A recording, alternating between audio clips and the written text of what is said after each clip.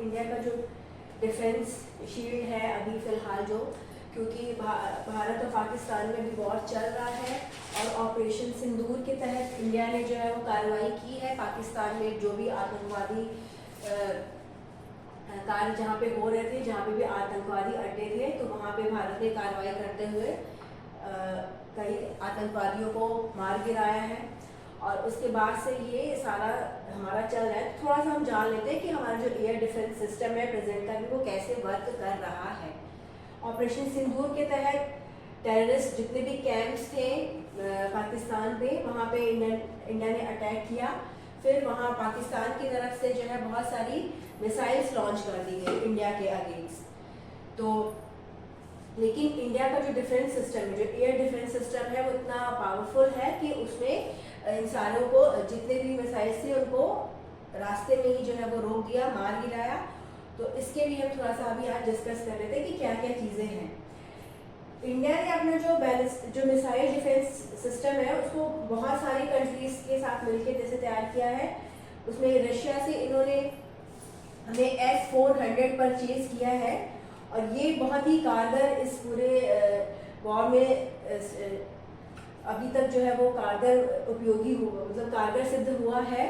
इसका जो रेंज है ये 40 से 40 किलोमीटर तक का है और ये एक अपने आप में बहुत ही पावरफुल वेपन है। इसको जो है रशिया और यूएस के बीच में काफ़ी टाइम तक वॉर चला है।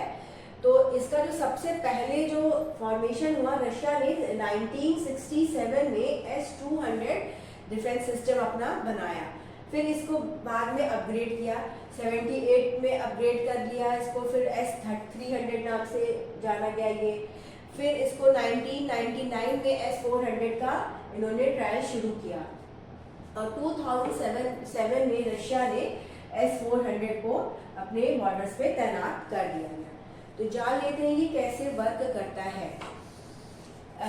जैसे कोई भी आसमान से, जैसे कोई भी अगर मिसाइल अटैक करती है किसी कंट्री पे, तो ये जो इसको तुरंत पहले तो पहचान लेता है कि कैसे जो है, और उसको पहचानने के बाद हवा में ही मार गिराता है। और इसका जो ये 4800 मीटर प्रति सेकंड की मैक्सिमम स्पीड से काम करता है। भारत ने, अब चूंकि इंडिया के पास शुरू से पाकिस्तान और चाइना के तौर पे दो ऐसे पड़ोसी देश हैं जिनसे हमेशा इंडिया को खतरा रहता है, तो इसीलिए 2018 में इंडिया ने रशिया से इसको परचेज कर लिया था S-400 और इसके लिए इंडिया ने करीब 39,000 करोड़ रुपए जो है वो खर्च किए थे और 5 यूनिट खरीदा गया है इंडिया के द्वारा रशिया से S-400 का। और इसी ने जो है वो हमारा जो डिफेंस सिस्टम है, एयर डिफेंस सिस्टम जो है वो उसको काफ़ी मजबूती प्रदान की है। और इसके अलावा S-400 के अलावा जो इंडिया है उसने अपना खुद का बैलिस्टिक मिसाइल डिफेंस शील्ड भी तैयार किया गया है और इसके दो वो हैं, एक है पृथ्वी एयर डिफेंस और एक है एडवांस एयर डिफेंस।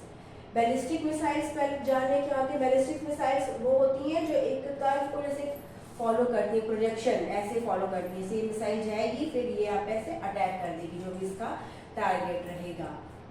तो इंडिया का जो डिफेंस सिस्टम है, जब कारगिल वॉर हुआ उसके बाद से जो गवर्नमेंट है उसने अपना पूरा बैलिस्टिक डिफेंस सिस्टम जो है वो प्रिपेयर किया और उस पर तभी से काम करती आ रही है भारत की जो सरकार है। तो ये जो पृथ्वी एयर डिफेंस है ये हाई एल्टीट्यूड, मतलब ये अगर कोई मिसाइल आ रही है तो हायर एल्टीट्यूड पे उसको डिस्ट्रॉय कर देगी। और जो ये एडवांस एयर डिफेंस है, ये मतलब अगर मिसाइल 5000 रेंज तक से ज़्यादा की रेंज से अगर आ रही है तो उसको रास्ते में रोकने का काम करती है, उसको मार गिराने का काम करती है।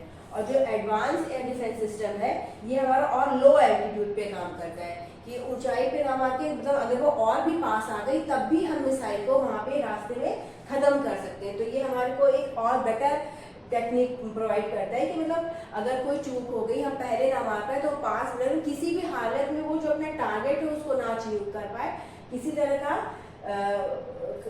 परेशानी ना करे, किसी भी मतलब जो भी टारगेट लेके चलती है मिसाइल कि हमें इस यहाँ पे जाके अटैक करना है और इसको ख़त्म करना है, तो वो काम ना कर पाए। तो इसके लिए जो भारत का मिसाइल डिफेंस सिस्टम है ये काफ़ी कारगर है और काम कर रहा है। और इसमें आकाश मिसाइल सिस्टम है वो भी काम कर रहा है। और इसमें एक हैरॉक ड्रोन की बात होगी कि इस ड्रोन ने किस तरह से काम किया है, तो हम थोड़ा सा इसके बारे में भी जान लेते हैं कि ये जो ड्रोन सिस्टम है